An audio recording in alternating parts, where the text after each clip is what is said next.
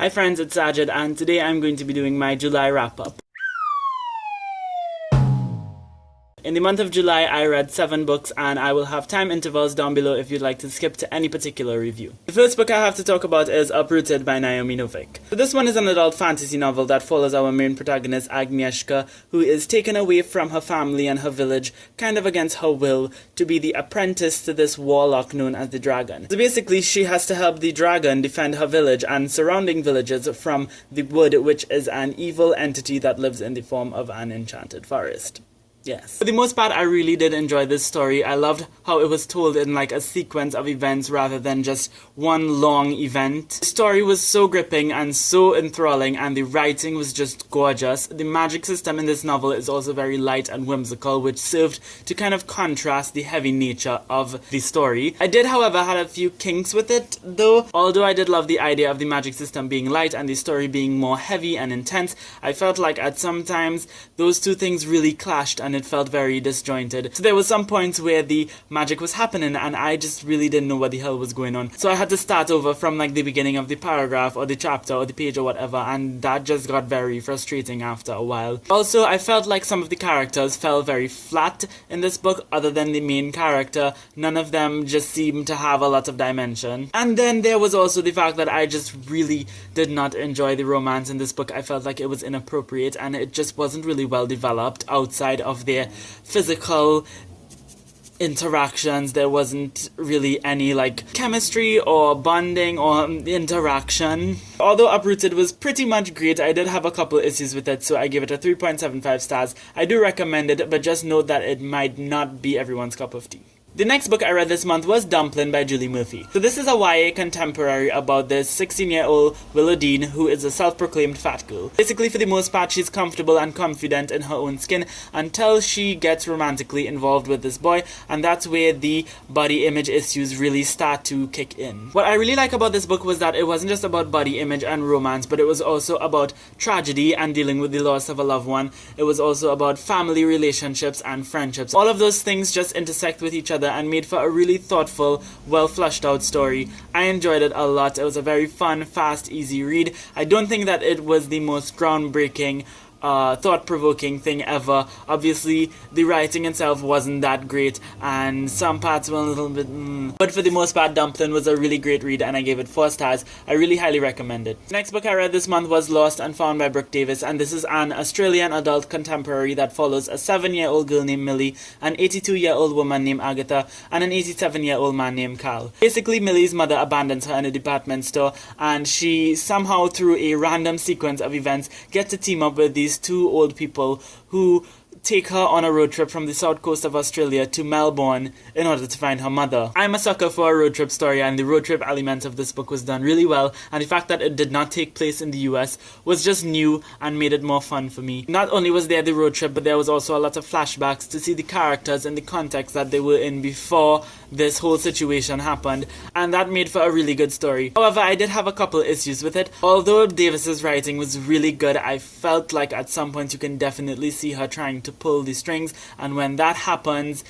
it's never really a good thing. Also, even though this book is very clear about its messages and themes about life and just the fragility of life and age and the tragedy and loss, none of those things really resonated with me. It was there on the page, I saw it, I understood it, but it didn't resonate with me in the way that a message from a book should resonate with the reader. So although I really did enjoy Lost and Found, I did have a few issues with it, so I gave it 3.5 stars. The next book I managed to read this month was Wonder by R.J. Palacio. So this one is the story of a 10-year-old boy named August who is born with a facial difference. He's been homeschooled for his entire life, but in this book we get to see him start his freshman year at middle school. Freshman, first year, I don't know what it's called. Obviously, he has to deal with people reacting to him. He has to deal with people seeing him for the first time and trying to cope with that, as well as just trying to make friends and be a normal kid. Not only was this book told from the perspective of August, but it was told from his perspective as well as some of his family's perspective and some of his friends' perspective. So you really got a holistic view of the situation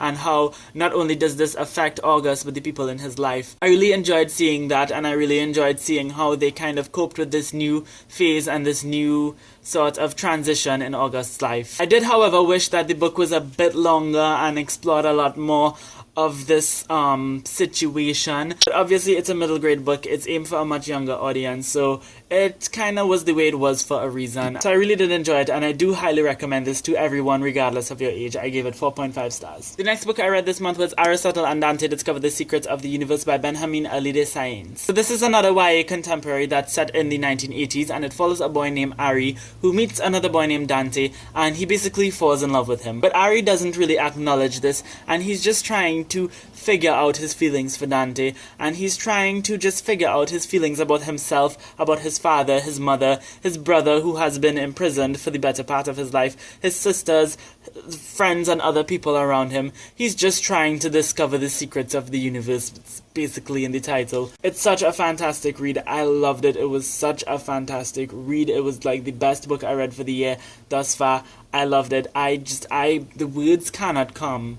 Like, I need to sit down and like carefully think out what I want to say about this book before I even attempt to review it. It leaves me speechless. I love it. Go read. If you have, read it. If you need, read it. 5 stars, by the way, obviously. The next book I read this month was Lola and the Boy Next Door by Stephanie Perkins. This is the second published book in a series of companion novels. Its predecessor is Anna and the French Kiss, and honestly, I didn't have high expectations for this because I loved Anna and the French Kiss, and I didn't think anything would really be up to that standards, but I was wrong because I love this book frickin' more than Anna and the French Kiss. Follows Lola, who lives in San Francisco. For her entire life, she has been in love and infatuated with the boy next door.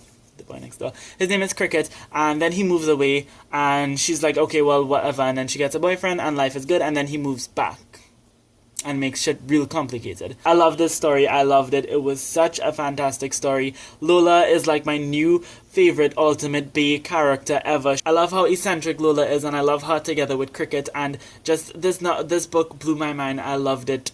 5 stars, obviously. Again, I tried to be critical of this book, but it's too cute to be critical. Like, ignore whatever sound that is. But the final book I read this month was Amy and Roger's epic Detour by Morgan Matson. So this one is another road trip story. Again, sucker for a road trip story. It's about this girl named Amy whose mother moves across the United States to set up their new house, and when she's ready for Amy is required to drive across the United States to go live with her mother in Connecticut. But here's the thing, Amy can't drive because of a recent negative experience with driving, so her mother eventually has to ask this guy named Roger, who's the son of a family friend, to drive Amy from LA to Connecticut. Again, sucker for a road trip story, but what I love the most about this book is that it had like playlists and trying to find something. I should have mapped it before. Be organized, kids. So yeah, there are like playlists and like just doodles and receipts and stuff. It's such a fantastic, interactive, dynamic reading experience. What I love the most about this book though was Amy's character development. She changes so much from the beginning of this book to the end of it, and it's really raw. It's not pretensive. It's not anything like that. She really goes through a lot in this one book, and it's so beautiful to see how her character blossoms. The romance with Roger I didn't think was that good. It was cute and I liked it overall, but honestly it wasn't the main aspect about this book. This book was really about Amy, so don't read it for the romance if you're planning to read this book. Roger was more or less just there. So that's it for all the books that I read in the month of July. In the comments down below, definitely let me know if you've read any of these books and if you have any thoughts on them. I hope you enjoyed this video. Thank you all so much for watching, and until next time, inshallah, keep reading.